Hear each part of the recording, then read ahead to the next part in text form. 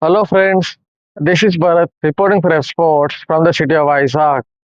At around 8 a.m. in the morning, as you can notice, the weather around me is quite pleasant with birds chirping around. Actually, it feels as if this city is nestled between the Bay of Bengal Sea as well as the Kailasagiri Hills. These hills are quite famous. So, leaving aside the geography part, let us come back to the business on hand, and that is to talk about the fourth T20I played between India and New Zealand at the Vizag International Stadium. As you would have observed, India slipped to a 50-run loss.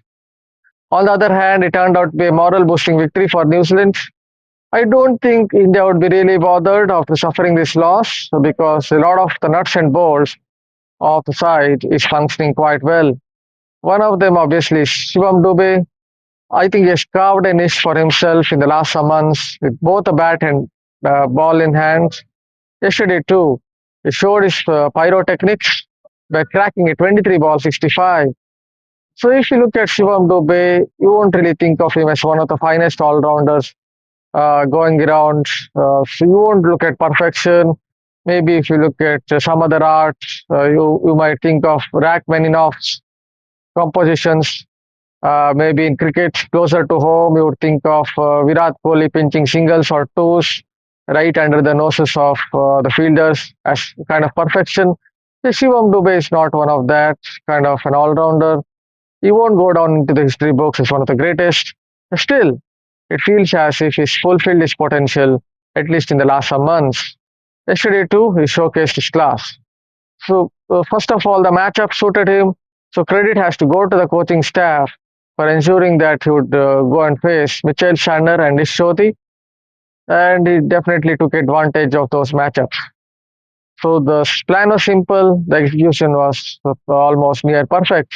That is basically clear the front leg and try to hit it over mid wicket while facing Ishodi.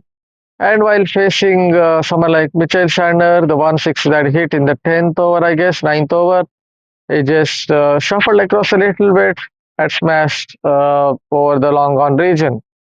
So it was basically very effective method, and you have to give the credit to Shivam Dube for implementing it. So that was about Shivam Dube and his batting.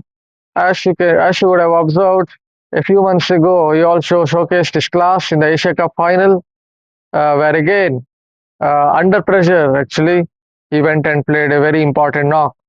And not just with the bat in hand, but also with the ball in hand, Shivam Dube has been putting up some fine performances since the start of the Asia Cup. One of the key reasons is definitely snapping his back hard little more than what he used to do in the past. So here is someone who's 6 feet 4 inches tall, is well built, so he has the right attributes to hit the deck hard and extract some bounce. And that's what he has been doing in the last some months. He also seems to have upgraded his variations. One of the examples which illustrates this point is the way he got one to climb. Actually, it was a short ball that he got one to climb awkwardly onto Team David, none other than Team David, and dismissed him. See, many bowlers, many seamers who bowl at 122 kilometers per hour or 130 kilometers per hour or 125 kph would definitely be scared of bowling to Team David. But as Shivam Dube extracts a little more bounce, he was able to dismiss Team David at the pace of 122 kph in that game in Australia. So these are the kind of improvements that Shivam Dube has made with the bat in hand, with the ball in hand. Yesterday he didn't bowl, but he definitely gave another exhibition of fireworks with the bat in hand. In the press conference, actually, Shivam Dube said that he has improved as far as his batting smarts are concerned. Actually, interestingly, he said that because he's bowling a little more now, he understands more about his batting. Maybe it comes down to the fact that when you start to bowl a little more, you think about what the batsman would do or anticipate his next move. You have to play that cat and mouse game and maybe that has improved his batting smarts, because then you start to think about what the batter would or what would be his next move. So that's an interesting thing that he said in the press conference. Obviously, he also talked about how the coaching staff has backed him with regard to his bowling skills, with regard to his batting skills, and that has really helped him or boosted his confidence. So hopefully, in the World Cup too, Shivam Dube will showcase his potential, and I think India now have a utility all-rounder who can come in and bowl a couple of overs, and also if the matchups, especially if the matchups are fine, he can go and destroy the opponent.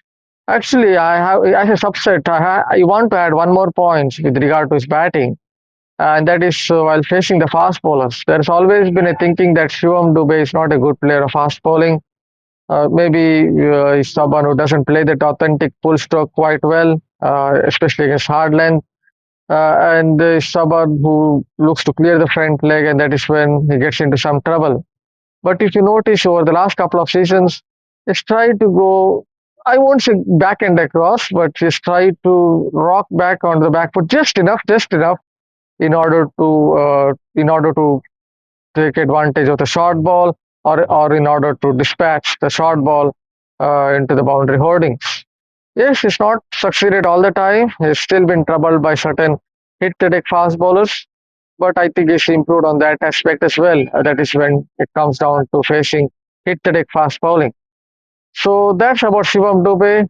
Hopefully you liked that video. And if you have liked the video, keep subscribing to our Revsportz YouTube channel, because we don't just cover cricket, we cover other sports as well. Thank you again.